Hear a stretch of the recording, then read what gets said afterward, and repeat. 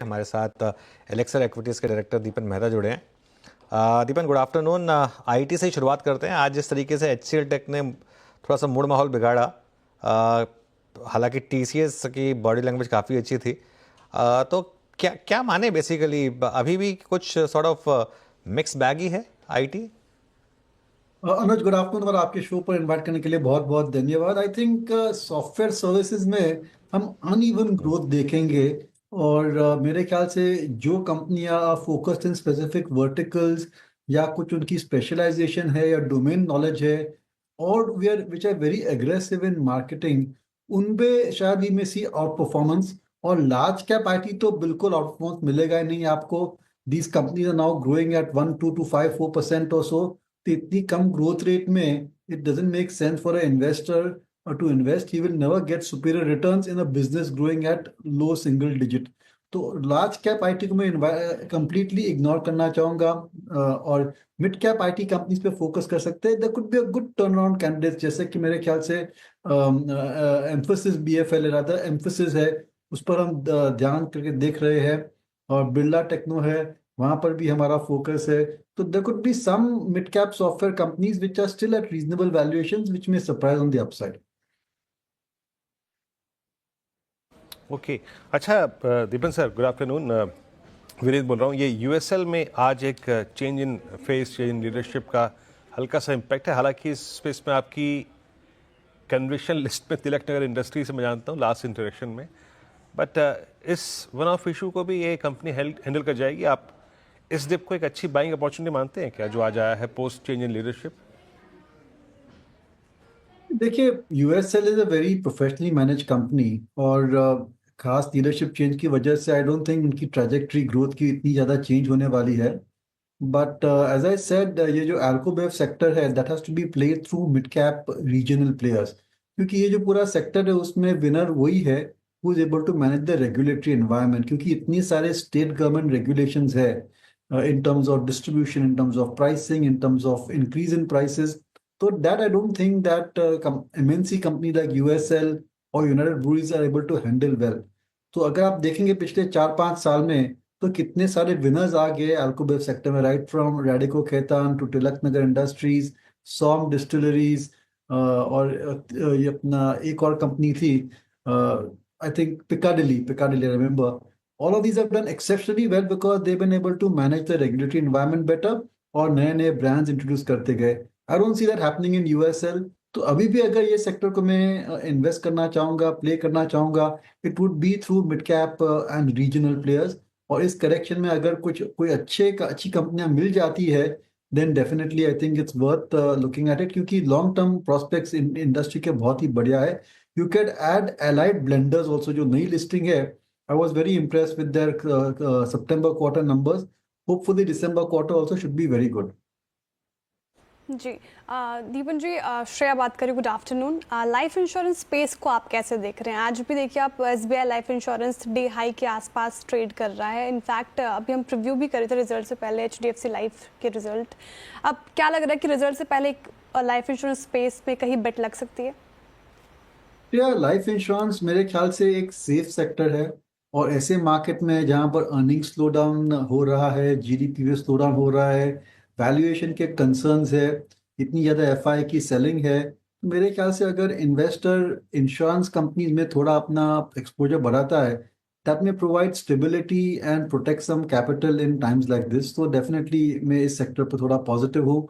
और best in class of course is HDFC and SBI life, one could look at them. लेकिन underdog could be LIC also. अगर आप देखेंगे जो आंकड़े आए हैं, LIC on a consistent basis is able to beat और meet the industry growth rates at such a huge size as well. उनकी जो ग्रुप पॉलिसीज है वहां पर अच्छी ग्रोथ हमने हमें देखी है। तो मेरे ख्याल से from valuation risk return profile, I would prefer LIC. But लेकिन आपके पास और कोई भी इंश्योरेंस कंपनी हो, लाइफ इंश्योरेंस कंपनी हो, I think they will do very well over the next few years और सो। और एक ये सेफ सेक्टर है, इतनी ज़्यादा वॉलेटिलिटी नहीं है इनके अर्निंग्स में या स्टॉक प्राइस में, और ये सबसे अच्छी बात है। दीपन, आज सबसे बड़ी रैली हुई है पीएसयू बैंकों में। अगर आप पीएसयू बैंक निफ्टी देखें, क्योंकि काफ़ी ओवरसोल्ड भी था ये इंडेक्स, थोड़ी न्यूज़ फ्लो भी आया कि कुछ बैंकों में शायद सरकार क्यूआईपी लेकर आए, स्पेशली वहाँ जहां पर 90% से ज़्यादा उनकी होल्डिंग है। पीएसयू बैंक निफ्टी आज 4% ऊपर है। यहाँ पर कोई पिक्स होंगी क्या आपकी?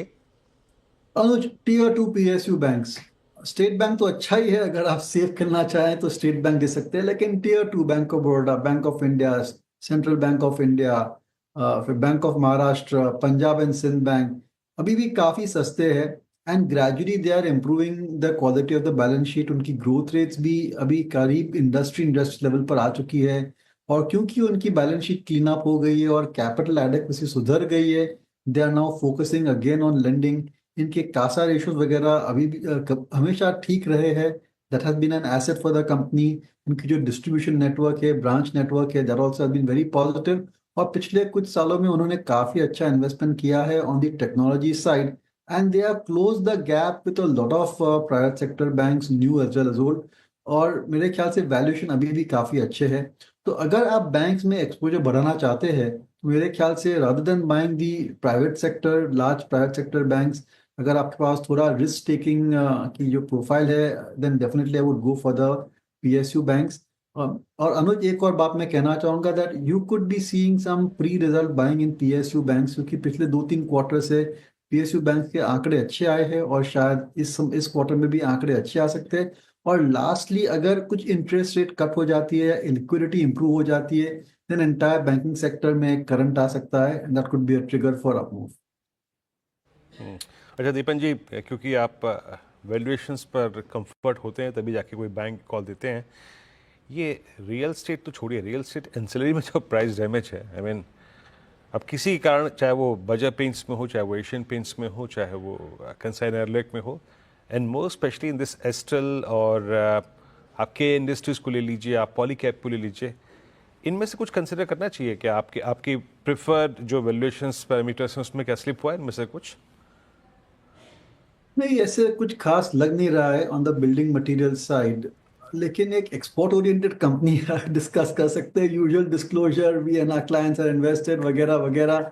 पोकरना करके एक छोटी सी कंपनी है, they are into quartz exports, और इंडिया में भी उनका थोड़ी सेल्स हो रही है। That is a very interesting company. और डिस्पाइट इतनी ज़्यादा थोड़ी स्लो डाउन देखिए यूएस मार्केट में, फिर भी पिछले 2-3 क्वार्टर पोकरना के बहुत ही बढ़िया आए हैं। तो in building material, from an export perspective, I think certainly that looks to be an interesting company. We are tracking quite closely. It's a small cap stock, mind you. Liquidity भी कम है उसके अंदर, लेकिन valuations reasonable है और management काफी aggressive है। It's a very old listing, ऐसी कि नहीं कि नई listing है, लेकिन consistent performance आ रही है। थोड़ी बहुत cyclicality आती है, but after every cycle it tends to improve. उनकी जो नेटवर्क है ग्लोबली, और उनकी जो टेक्नोलॉजी है, जो क्वालिटी है, जो डिज़ाइन है, as far as quartz surfaces are concern, is very positive. और अगर पोस्ट ट्रम्प यूएस में डिमांड इंप्रूव होता है, कंज्यूमर सेंटिमेंट इंप्रूव होता है, then this could be a beneficial. Sir, आपने अभी थोड़ी देर पहले पीएसयू बैंक्स पे बात की थी, लेकिन मेरा सवाल पीएसयू स्टॉक्स को लेकर है। जिस तरीके से करेक्शन हमें देखने को मिली पिछले बजट से स्पेशली, और अभी जिस लेवल पे, इनफैक्ट अब देखें तो मज़गांव डॉक में आज अच्छी खासी तेज़ी देखने को मिल रही है, 9% से ज़्यादा उछल कर ये कामकाज कर रहा है। लेकिन जिस तरीके से करेक्शन दिखाई है, 30 से 40% तक करेक्ट हो चुके हैं अपने पीक से, क्या लग रहा है अभी वैल्यूएशन वाइज सही लग रही है आपको, बेट लगाना चाहिए? देखिए, हमारे वॉच लिस्ट पर है, लेकिन I would like to see how December quarter plays out for the defence companies. और मेरे ख्याल से ये जो दिसंबर क्वार्टर की अर्निंग्स है वो बहुत ही इंपॉर्टेंट है। I know investors, correction market में करेक्शन आ रहा है, investors are wondering what to do, और शायद जो लोग साइडलाइंस पे है, they may be looking at investing also. लेकिन I would just say go a bit slow. दिसंबर के क्वार्टर के आंकड़े कैसे आते हैं, कौन सी मैनेजमेंट क्या कहती है, व्हाट आर द प्रोस्पेक्ट्स, उसके बाद शायद इन्वेस्ट करना चाहिए। And that holds true for entire PSU pack, be it defence, engineering as well.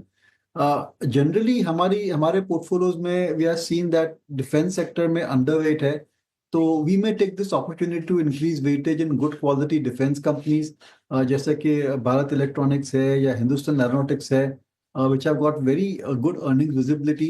I would say the focus is over there rather than the shipbuilding companies.